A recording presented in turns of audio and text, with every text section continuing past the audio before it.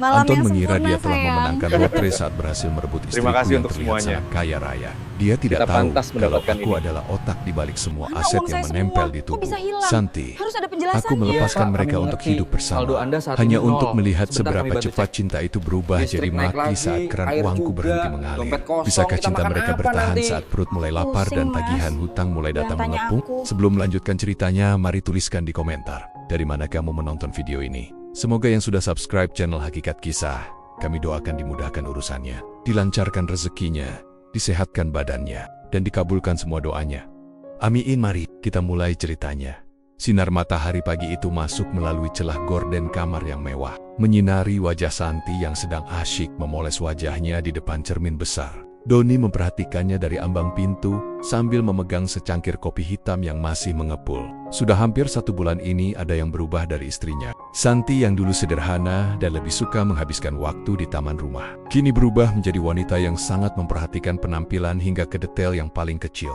Ia mengenakan gaun sutra yang mahal dan tas bermerek yang baru saja dibeli. Minggu lalu menggunakan kartu kredit tambahan yang Doni berikan. Doni tidak pernah keberatan memberikan apapun yang Santi minta karena baginya kebahagiaan istri adalah segalanya. Sebagai pemilik tunggal dari beberapa perusahaan properti besar, uang bukanlah masalah bagi Doni.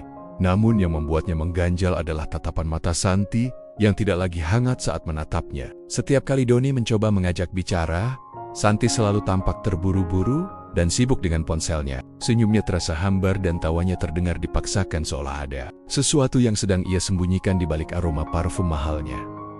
Pagi itu Santi pamit untuk pergi makan siang dengan teman-teman sosialitanya di sebuah mal mewah di pusat kota. Doni hanya mengangguk pelan dan memberikan kecupan di kening istrinya yang terasa dingin. Setelah suara mobil Santi menjauh dari halaman rumah, Doni meletakkan kopinya di atas meja ruang tamu yang terbuat dari marmer Italia. Perasaannya tidak enak dan firasat seorang pria jarang sekali meleset. Ia mengambil ponselnya lalu menghubungi seseorang yang selama ini membantunya dalam urusan keamanan perusahaan untuk melakukan sesuatu yang sebenarnya tidak ingin ia lakukan.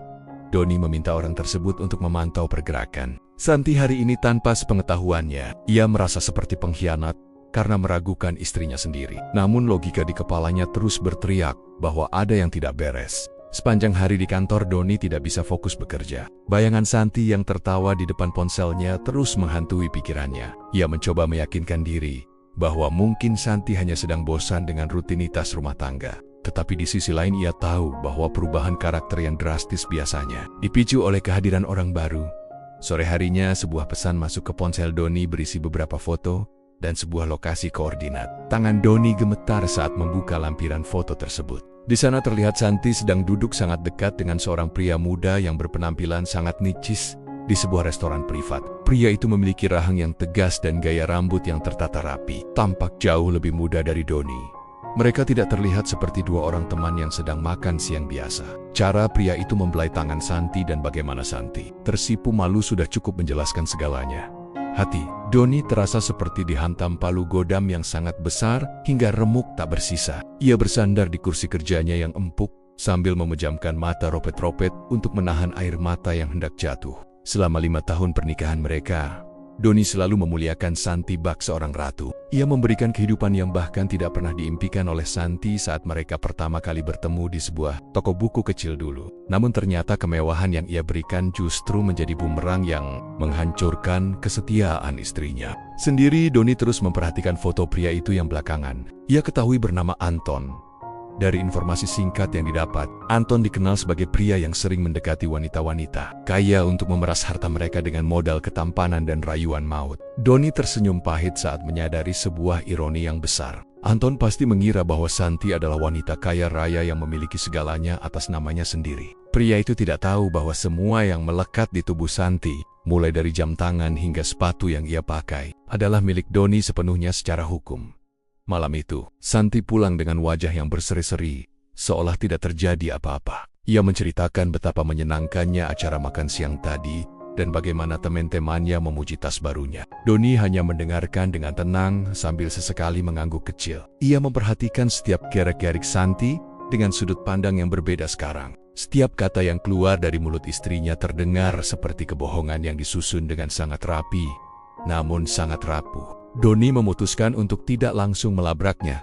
Karena ia ingin melihat seberapa jauh pengkhianatan ini akan berjalan, Santi masuk ke kamar mandi dengan langkah ringan sambil menyenandungkan lagu cinta yang belum pernah Doni dengar sebelumnya. Doni berdiri di balkon kamar sambil memandang lampu-lampu kota yang berkelap-kelip di kejauhan. Amarah yang tadinya membara perlahan berubah menjadi sebuah rencana yang dingin dan terhitung. Jika Santi memilih untuk mencari kebahagiaan di tempat lain karena harta yang ia miliki, maka Doni akan membiarkannya pergi. Namun ia ingin memastikan bahwa pria yang merebut istrinya itu benar-benar mendapatkan apa yang ia cari, yaitu seorang wanita yang tidak memiliki apa-apa selain pakaian di badannya.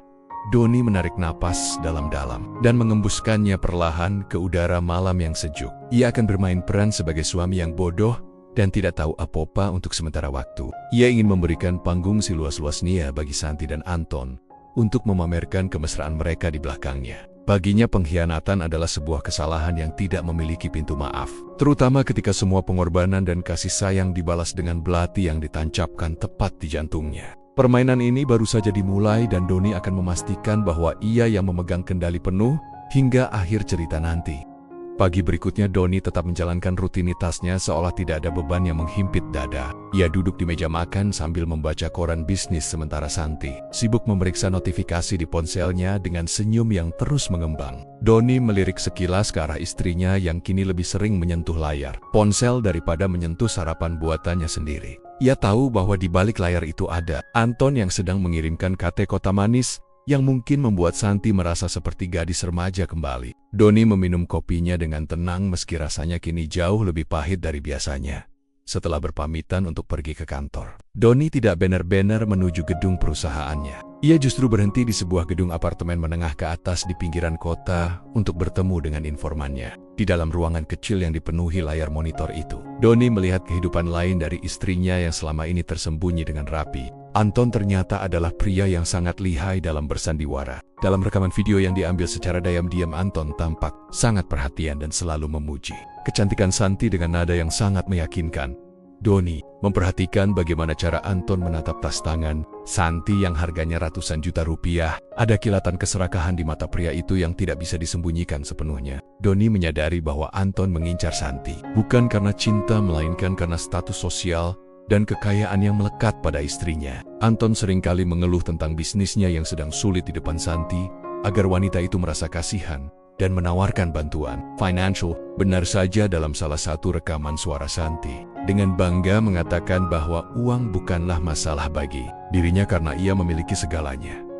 Santi sama sekali tidak bercerita bahwa semua kemewahan itu adalah milik Doni. Ia justru membangun narasi bahwa dirinya adalah seorang wanita mandiri yang sukses dan memiliki banyak aset pribadi. Doni merasa mual mendengar kebohongan istrinya sendiri. Ia tidak menyangka wanita yang ia cintai sanggup menghapus eksistensi suaminya demi terlihat hebat di depan pria lain. Doni melihat Santi menyerahkan sebuah amplop coklat tebal kepada Anton yang kemudian diterima dengan pelukan hangat. Doni tahu betul isi amplop itu adalah uang tunai yang baru saja ditarik Santi dari rekening bersama mereka kemarin sore. Selama beberapa hari berikutnya, Doni terus memantau pergerakan mereka tanpa mengeluarkan suara sedikit pun. Ia melihat bagaimana Anton mulai mengajak Santi ke butik-butik mewah dan membiarkan Santi membayar semua belanjaan tersebut. Anton bersikap siola-olah.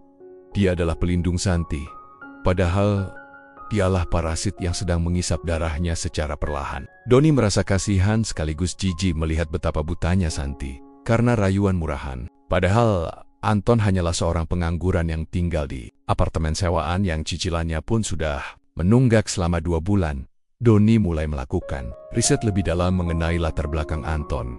Ternyata pria itu memang spesialis pemburu janda kaya atau istri pengusaha yang merasa kesepian. Anton memiliki banyak hutang di mana-mana karena gaya hidupnya yang tinggi, namun tidak memiliki penghasilan tetap. Doni tersenyum dingin saat mengetahui bahwa Anton sedang merencanakan sesuatu yang lebih besar. Dari sadapan percakapan mereka, Anton mulai menghasut Santi untuk segera meninggalkan Doni dan hidup bersamanya. Anton meyakinkan Santi bahwa dengan kekayaan yang dimiliki Santi sekarang mereka bisa hidup bahagia selamanya tanpa bayang-bayang Doni.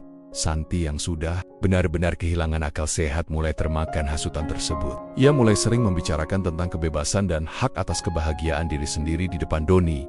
Doni hanya mendengarkan ocehan itu, sambil sesekali mengelus rambut istrinya yang kini terasa asing. Ia ingin tertawa keras melihat betapa lucunya. Dua orang ini yang sedang membangun istana di atas pasir, yang sebentar lagi akan tersapu ombak. Doni sudah menyiapkan semua dokumen yang diperlukan untuk membuktikan siapa pemilik sah dari semua kekayaan yang selama ini dibanggakan oleh Santi di depan. Selingkuhannya itu, suatu sore Doni sengaja pulang lebih awal dan menemukan sebuah kartu nama pria asing di atas meja rias istrinya. Itu adalah kartu nama Anton yang sengaja diletakkan di sana, seolah ingin menantang keberadaan Doni. Santi keluar dari kamar mandi dan tampak terkejut melihat suaminya sudah ada di rumah. Ia segera menyembunyikan kartu nama itu ke dalam laci, namun Doni bersikap seolah tidak melihat apa-apa. Ia justru mengajak Santi untuk makan malam di luar dengan alasan ingin merayakan ulang tahun pernikahan mereka yang sebenarnya masih beberapa bulan lagi. Di restoran mewah itu, Santi terus-menerus mematikan ponselnya yang terus bergetar.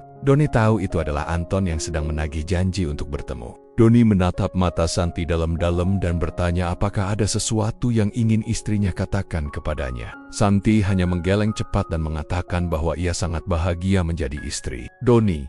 Kebohongan itu terasa begitu nyata keluar dari bibir yang sama yang baru saja mencium pria lain beberapa jam yang lalu. Doni merasa inilah saatnya ia mulai menarik jaring-jaring yang sudah ia tebar dengan sangat halus.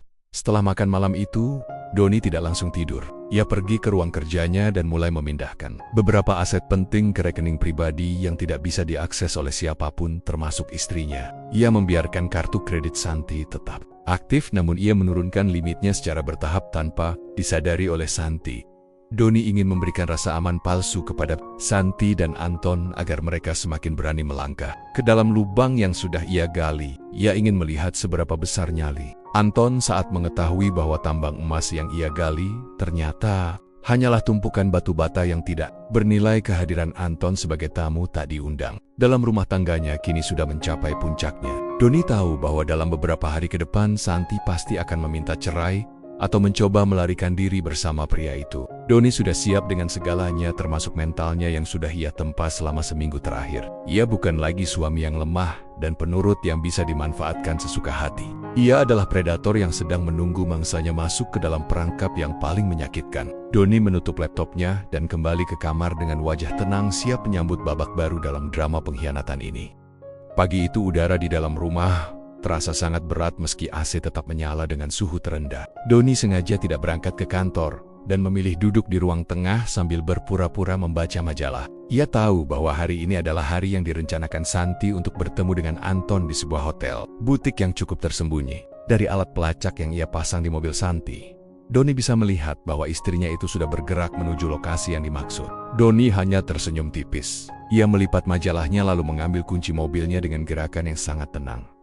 Doni tiba di hotel tersebut tepat saat Santi dan Anton sedang duduk di area kafe yang cukup privat dengan pemandangan kolam renang. Dari kejauhan, Doni bisa melihat tangan Anton yang terus mengelus punggung tangan Santi dengan gerakan yang penuh kepemilikan. Mereka tampak sangat serasi jika dilihat dari jauh. Dua orang yang merasa sedang menang di atas penderitaan orang lain. Doni melangkah mendekat tanpa sedikit pun ragu atau amarah yang malah dikledek di wajahnya. Langkah kakinya yang mantap akhirnya membuat Santi menyadari kehadirannya. Dan wajah istrinya itu seketika menjadi pucat pasi, menjatuhkan gelas jus yang ia pegang saat melihat Doni berdiri tepat di samping meja mereka. Anton yang tidak mengenal wajah Doni secara langsung, awalnya tampak bingung dan hendak marah karena merasa privasinya terganggu. Namun, saat ia melihat reaksi Santi yang gemetar ketakutan, Anton langsung menyadari bahwa pria di hadapannya ini adalah sang penyandang dana yang selama ini ia incar hartanya. Doni menarik sebuah kursi kosong tanpa diminta lalu duduk dengan santai di hadapan mereka berdua. Seolah sedang bertemu dengan kawan lama, Doni menatap Anton dari ujung kepala hingga ujung kaki dengan tatapan yang sangat merendahkan namun tetap tenang. Ia melihat jam tangan yang dipakai Anton dan ia mengenali itu sebagai salah satu koleksi pribadinya yang hilang dari laci lemari beberapa hari lalu. Ternyata Santi sudah berani mencuri barang-barangnya untuk diberikan kepada pria ini. Alih-alih memaki, Doni justru menuangkan air putih ke gelas kosong yang ada di depannya. Ia kemudian menatap Santi yang sedang menunduk dalam-dalam sambil meremas jemarinya sendiri karena merasa tertangkap basah. Anton mencoba menunjukkan keberaniannya dengan merangkul pundak Santi di depan Doni secara terang-terangan. Pria itu mengatakan bahwa ia dan Santi sudah saling mencintai dan meminta Doni untuk merelakan istrinya. Anton bahkan berani berkata bahwa Doni hanya menghalangi kebahagiaan Santi dan sudah seharusnya pria tua seperti Doni mengalah. Doni mendengarkan ocehan itu dengan senyum yang terus mengembang di bibirnya. Ia merasa lucu melihat seorang parasit mencoba menggertak pemilik inangnya tanpa tahu bahwa hidupnya kini berada di ujung tanduk. Doni akhirnya angkat bicara dengan suara yang sangat lembut, namun memiliki penekanan yang tajam di setiap katanya. Ia berkata bahwa jika memang cinta mereka sebegitu besarnya, ia tidak akan menghalangi jalan mereka sedikit pun. Doni bahkan memuji keberanian Anton yang mau menampung Santi dan merawatnya di masa depan. Pernyataan Doni ini membuat Anton merasa di atas angin, karena ia mengira Doni adalah tipe suami yang lemah dan penakut. Anton tersenyum kemenangan sambil mengeratkan rangkulannya pada Santi yang mulai sedikit lega karena tidak ada keributan besar. Doni berdiri dari kursinya dan menatap mereka berdua sekali lagi. Sebelum pergi meninggalkan kafe hotel itu, ia mengatakan bahwa ia akan menyiapkan segala sesuatunya agar Santi bisa segera pindah dan hidup bersama Anton. Santi merasa sangat beruntung karena suaminya ternyata sangat mudah dikelabui dan menyerah begitu saja tanpa perlawanan. Sementara itu, Anton sudah membayangkan semua kemewahan yang akan ia nikmati bersama Santi tanpa harus sembunyi-sembunyi lagi. Mereka berdua merayakan kemenangan semu itu dengan memesan makanan yang paling mahal di restoran tersebut.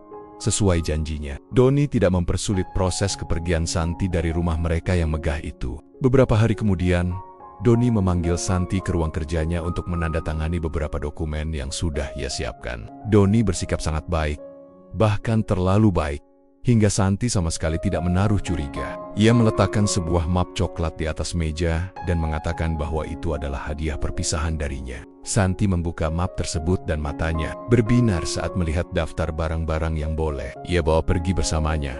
Doni mengizinkan Santi membawa semua perhiasan, tas-tas bermerek, sepatu mahal, hingga mobil mewah yang selama ini ia gunakan. Ia juga memberikan sebuah surat pernyataan bahwa ia tidak akan menuntut kembali barang-barang tersebut setelah mereka resmi bercerai. Bagi Santi, ini adalah tiket emas untuk memulai hidup baru yang bergelimang harta bersama Anton. Ia segera menandatangani semua dokumen tanpa membaca detail kecil yang tertulis di bagian paling bawah. Doni hanya memperhatikan gerakan pulpen Santi dengan tatapan dingin yang tersembunyi di balik keramahannya. Malam itu juga Anton datang menjemput Santi dengan gaya yang sangat sombong di depan gerbang rumah Doni. Anton membantu Santi memasukkan koper-koper besar yang penuh dengan barang mewah ke dalam bagasi mobil. Doni berdiri di balkon sambil memegang gelas minumannya, menyaksikan istrinya pergi tanpa sedikit pun rasa sesal. Sebelum masuk ke mobil, Santi sempat menoleh ke atas dan melambaikan tangan seolah sedang pamit untuk pergi liburan. Doni hanya mengangkat gelasnya sedikit sebagai tanda penghormatan terakhir untuk sebuah pengkhianatan yang sudah tuntas. Anton membawa Santi ke sebuah apartemen yang sudah ia siapkan dengan uang yang selama ini ia peras dari Santi. Di sana, mereka merayakan kebebasan itu dengan membuka botol sampahnya dan merencanakan masa depan. Anton merasa sangat bangga karena berhasil merebut angsa emas dari tangan pria yang ia anggap bodoh seperti Doni. Ia sudah merencanakan untuk segera menjual beberapa tas mewah Santi agar mereka bisa membeli mobil baru yang lebih keren untuk dirinya. Santi pun merasa sangat dicintai karena Anton berjanji akan menjaganya lebih baik dari yang Doni lakukan. Namun, di balik kegembiraan mereka, Doni mulai menggerakkan bidak caturnya yang sesungguhnya. Ia menghubungi pihak bank untuk segera memproses pembatalan semua kartu kredit tambahan yang ada di tangan Santi. Ia juga melaporkan bahwa beberapa rekening yang sempat ia berikan aksesnya kepada Santi kini berada di bawah pengawasannya kembali karena adanya indikasi penipuan. Doni tidak hanya memutus akses uang, ia juga mulai mengirimkan data tagihan hutang Anton yang selama ini ia beli dari berbagai pihak ke alamat apartemen baru mereka. Doni duduk di kursi kebesarannya di kantor sambil memandangi layar monitor yang menunjukkan saldo rekeningnya yang kini kembali utuh dan bertambah. Ia tahu bahwa dalam hitungan jam, pesan-pesan kegagalan transaksi akan mulai masuk ke ponsel Santi. Ia sudah tidak sabar membayangkan wajah Anton saat mencoba menggesek kartu kredit di butik ternama. Namun yang muncul adalah tulisan ditolak. Kebebasan yang Doni berikan bukanlah hadiah, melainkan sebuah tali yang akan menjerat leher mereka perlahan-lahan, hingga mereka tidak bisa bernapas lagi. Di apartemen barunya, Santi masih tertidur lelap dalam pelukan Anton tanpa menyadari bahwa semua harta yang ia bawa hanyalah beban yang akan menghancurkannya. Ia merasa sangat aman karena memegang surat pernyataan dari Doni Ia mengatakan barang-barang itu miliknya. Namun ia lupa bahwa tanpa aliran uang bulanan yang masif dari Doni, barang-barang itu hanyalah benda mati yang tidak bisa dipakai untuk membeli sesuap nasi. Doni menutup folder filenya, lalu mematikan lampu ruang kerja, membiarkan kegelapan menyelimuti rencana balas dendamnya yang kini mulai berjalan sesuai alur.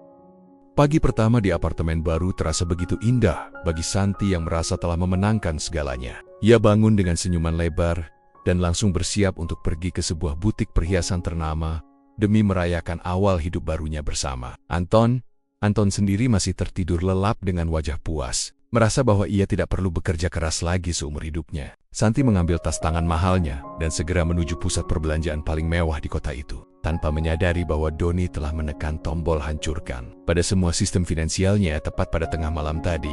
Masalah pertama muncul saat Santi mencoba membayar sebuah kalung berlian yang harganya setara dengan sebuah mobil kelas menengah. Saat kartu kredit berwarna emas itu digesekkan ke mesin, suara mesin yang biasanya halus kini mengeluarkan bunyi peringatan yang tajam. Kasir di butik itu mencoba sekali lagi dengan wajah sopan, namun hasilnya tetap sama, yakni transaksi ditolak. Santi mulai merasa kikuk dan mencoba kartu kreditnya yang lain. Namun lagi-lagi layar mesin itu menunjukkan pesan yang menghancurkan hatinya, yaitu akses ditolak oleh pihak bank. Ia mencoba tertawa kecil di depan kasir sambil mengatakan mungkin ada gangguan pada sistem bank. Lalu ia mencoba mengambil uang tunai di mesin ATM terdekat. Santi berdiri terpaku di depan mesin ATM saat layar di hadapannya menampilkan saldo yang hanya tersisa beberapa puluh ribu rupiah saja. Ia mencoba memasukkan kode akses ke rekening bersama yang selama ini ia gunakan untuk keperluan rumah tangga. Namun muncul tulisan bahwa rekening tersebut telah ditutup oleh pemilik utama. Jantung Santi mulai berdegup kencang dan keringat dingin mulai membasahi dahinya yang tadinya terpoles riasan mahal. Ia segera menghubungi layanan nasabah bank hanya untuk mendapatkan jawaban bahwa semua kartu tambahan atas namanya telah dibatalkan secara permanen oleh Doni. Sebagai pemegang akun utama, keputusasaan mulai merayap saat Santi mencoba menghubungi Doni berkali-kali. Namun, nomor suaminya itu sudah tidak aktif lagi. Ia pulang ke apartemen dengan tangan hampa dan wajah yang penuh dengan kecemasan yang luar biasa. Di depan pintu apartemen, ia mendapati Anton sedang berdebat dengan seorang petugas pengelola gedung yang membawa setumpuk tagihan yang belum dibayar. Ternyata uang muka apartemen yang dibayarkan Anton tempo hari berasal dari cek yang kini sudah dibatalkan oleh bank karena sumber dananya dianggap mencurigakan. Anton yang tadinya bersikap manis kini mulai menunjukkan gurat wajah yang keras dan penuh emosi.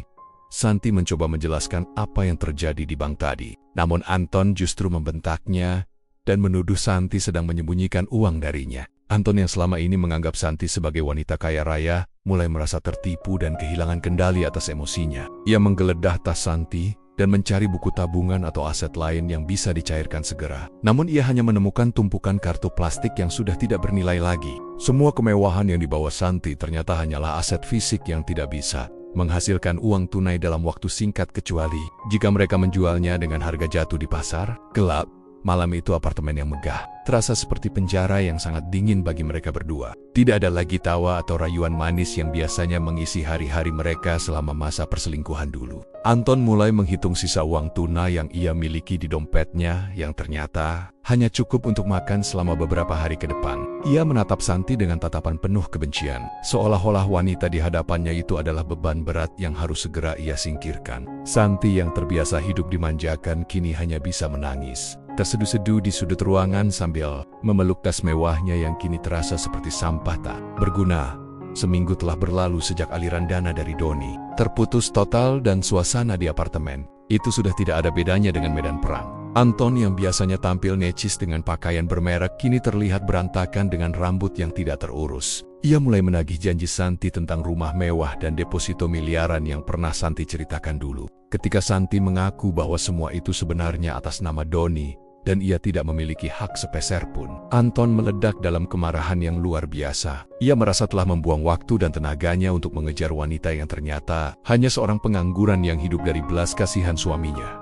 Pertengkaran hebat pecah saat Anton mencoba mengambil paksa perhiasan berlian yang dipakai Santi untuk dijual ke Pegadaian demi membayar biaya apartemen yang sudah jatuh tempo. Santi mencoba mempertahankan perhiasan itu, karena baginya itu adalah satu-satunya harga diri yang tersisa. Namun tenaga Anton jauh lebih kuat. Anton tidak segan-segan mendorong Santi hingga terjatuh ke lantai sambil memaki dengan kata-kata kasar yang belum pernah Santi dengar sebelumnya. Di saat itulah Santi baru menyadari bahwa pria yang ia anggap sebagai cinta sejatinya hanyalah seorang binatang buas yang hanya mencintai hartanya saja.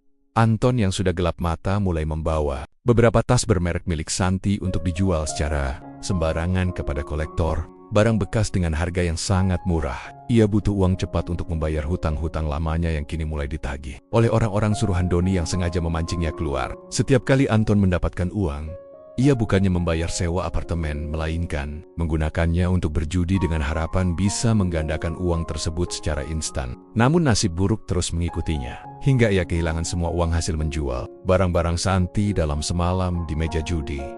Santi yang kini hidup dalam ketakutan hanya bisa merenungi nasibnya di dalam kamar yang gelap karena aliran listrik apartemen mulai diputus akibat tunggakan. Ia teringat akan kehangatan rumah Doni, makanan enak yang selalu tersedia, dan bagaimana Doni selalu memperlakukannya dengan sangat lembut. Penyesalan yang mendalam mulai menghujam jantungnya, namun ia tahu semua sudah terlambat untuk diperbaiki. Ia melihat bayangan dirinya di cermin yang kini tampak kusam dan menyedihkan, sangat kontras dengan gambaran wanita sosialita yang ia pamerkan di media sosial beberapa minggu yang lalu. Puncak dari penderitaan mereka terjadi ketika pihak pengelola gedung datang bersama pihak kepolisian untuk mengosongkan apartemen tersebut secara paksa. Anton yang mencoba melawan justru berakhir dengan borgol di tangannya, karena ternyata ia memiliki banyak catatan kriminal penipuan di masa lalu yang baru saja dilaporkan oleh pihak anonim ke kantor polisi. Santi hanya bisa berdiri diam di lobi gedung dengan 2 koper besar yang isinya sudah dijarah oleh Anton sebelumnya. Ia tidak memiliki tempat tujuan, tidak memiliki uang, dan tidak lagi memiliki suami yang bersedia membukakan pintu untuknya. Anton terus berteriak memaki Santi saat ia diseret masuk ke dalam mobil polisi, menyalahkan Santi atas semua kehancuran hidupnya. Santi hanya bisa menatap mobil itu menjauh dengan air mata yang sudah mengering di pipinya yang pucat. Ia kini benar-benar sendirian di tengah kota yang luas tanpa tahu harus melangkah kemana. Semua teman-teman sosialitanya tiba-tiba menghilang, dan tidak ada satupun yang mengangkat teleponnya saat ia mencoba meminta bantuan. Kehidupan mewahnya telah runtuh menjadi debu dalam waktu yang sangat singkat, menyisakan kenyataan pahit bahwa ia hanyalah alat yang digunakan Doni untuk memberikan pelajaran yang paling menyakitkan dalam hidupnya. Santi duduk di bangku taman kota yang dingin, dengan koper di sampingnya yang sudah mulai lecet di sana-sini. Ia tidak memiliki tujuan lagi setelah diusir dari apartemen dan melihat Anton dibawa pergi polisi. Dalam kehancurannya itu, sebuah mobil sedan mewah berwarna hitam berhenti tepat di depannya. Pintu belakang terbuka, dan keluarlah Doni dengan setelan jas yang sangat rapi. Seolah tidak pernah ada badai yang menerjang hidupnya. Doni melangkah mendekat dengan senyum yang sangat tenang, namun sanggup membuat nyali Santi menciut seketika. Doni tidak mengucapkan sepatah kata pun, melainkan hanya menyodorkan sebuah amplop berisi dokumen-dokumen resmi. Dengan tangan gemetar Santi membukanya dan seketika dunianya yang sudah runtuh terasa kiamat. Dokumen itu menunjukkan bahwa semua barang mewah yang ia bawa ternyata berstatus sebagai aset pinjaman perusahaan yang sudah dilaporkan hilang. Doni menjelaskan dengan suara rendah bahwa Santi kini tidak hanya kehilangan harta, namun juga sedang terjerat tuduhan penggelapan aset perusahaan. Semua tas dan perhiasan yang ia banggakan itu ternyata telah didaftarkan sebagai milik kantor atas nama Doni secara pribadi. Santi mencoba bersimpuh di kaki Doni sambil menangis tersedu-sedu dan memohon ampun atas segala kesalahannya. Ia berkata bahwa ia telah tertipu oleh janji manis Anton, dan kini ia benar-benar tidak memiliki apa-apa lagi di dunia ini. Namun Doni hanya menatapnya dengan tatapan kosong tanpa sedikit pun rasa iba yang tersisa di matanya. Doni memberitahu Santi bahwa selama 5 tahun ini, ia sudah memberikan segalanya, namun Santi justru memilih untuk menghancurkan kepercayaan itu demi seorang pria pemeras. Doni menegaskan bahwa ia bukan sedang membalas dendam, tetapi hanya membiarkan keadilan mengambil jalannya sendiri. Doni kemudian menunjukkan sebuah tablet yang berisi rekaman suara Anton saat berada di kantor polisi beberapa jam yang lalu. Di dalam rekaman itu, Anton dengan jelas mengatakan bahwa ia sama sekali tidak mencintai Santi dan hanya mengincarnya karena mengira Santi adalah pemilik perusahaan properti tersebut. Anton bahkan menyebut Santi sebagai wanita bodoh yang mudah dikelabui hanya dengan pujian tentang kecantikan. Mendengar hal itu, Santi merasakan jantungnya seperti diremas hingga hancur berkeping-keping karena ia menyadari betapa murahnya harga kesetiaannya selama ini. pukulan terakhir yang diberikan. Doni adalah sebuah surat kabar pagi yang memuat berita tentang kebangkrutan pribadi Anton dan penyitaan seluruh asetnya. Doni mengungkapkan bahwa ia telah membeli semua hutang Anton dari para penagih hanya untuk memastikan pria itu membusuk di penjara dengan beban hutang yang tidak akan pernah lunas. Doni berbalik menuju mobilnya, tanpa memberikan kesempatan bagi Santi untuk memegang tangannya lagi. Ia membiarkan Santi berdiri di tengah keramaian kota sebagai orang asing yang tidak lagi dikenalinya sedikit pun. Beberapa bulan kemudian, kehidupan berjalan seperti biasa bagi semua orang kecuali bagi mereka yang telah berkhianat. Doni kini dikenal sebagai pengusaha paling sukses yang lebih fokus pada kegiatan, amal dan pengembangan bisnisnya ke kancah internasional. Ia terlihat jauh lebih bahagia dan berwibawa sejak melepaskan beban hidupnya yang bernama Santi. Rumah mewahnya kini terasa lebih luas dan tenang tanpa ada lagi aroma kebohongan yang dulu memenuhi setiap sudut ruangan. Doni telah sepenuhnya menghapus semua kenangan tentang Santi dan memulai babak baru. Hidupnya dengan penuh ketenangan. Nasib Anton jauh lebih tragis, karena di dalam penjara ia harus menghadapi tuntutan dari berbagai pihak atas kasus penipuan yang ia lakukan selama bertahun-tahun. Tidak ada lagi setelan jas mahal atau rambut yang tertata rapi, yang ada hanyalah seragam tahanan yang kusam dan rasa takut yang membayanginya setiap hari. Ia tidak memiliki uang sepeser pun untuk menyewa pengacara, sehingga ia harus menerima hukuman maksimal atas semua perbuatannya. Pria yang dulunya merasa sangat tampan dan hebat itu kini hanyalah seorang pesakitan yang terlupakan oleh dunia. Sementara itu Santi kini menjalani kehidupan yang sangat kontras dengan masa lalunya sebagai sosialita kelas atas. Ia tinggal di sebuah kamar kontrakan sempit di pinggiran kota dan bekerja sebagai buruh cuci untuk bertahan hidup dari hari ke hari. Tangannya yang dulu halus karena perawatan salon kini kasar dan piko-pika karena deterjen dan kerja keras. Setiap kali ia melihat wanita cantik yang turun dari mobil mewah, hatinya selalu terasa perih karena ia tahu bahwa dulu ia pernah berada di posisi itu namun membuangnya demi sebuah fatamorgana. Santi sering menghabiskan waktu malamnya dengan menatap foto lamanya di ponsel yang layarnya sudah retak parah. Ia menangisi kebodohannya sendiri yang telah mengkhianati pria sebaik Doni demi seorang parasit yang hanya menginginkan uangnya. Penyesalan itu datang setiap detik dalam hidupnya. Namun ia tahu bahwa pintu maaf Doni telah tertutup rapat selamanya. Ia kini harus menanggung akibat dari keserakahan dan kesombongannya dengan hidup dalam kemiskinan yang sangat nyata tanpa ada lagi yang bersedia menolongnya.